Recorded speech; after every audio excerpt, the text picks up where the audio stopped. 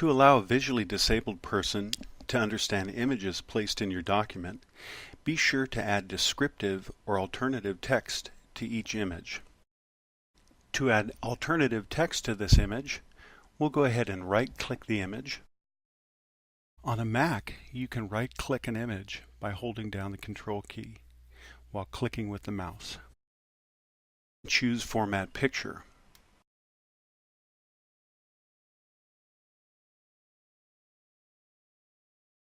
Then click Alt Text, and the description is where we'll place our alt text.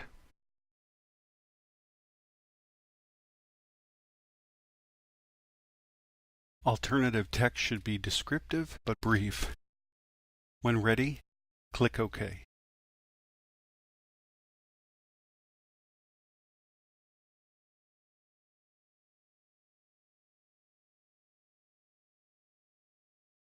In Microsoft Word, if you have an image that's purely decorative and does not convey important information, there's no need to place alternative text.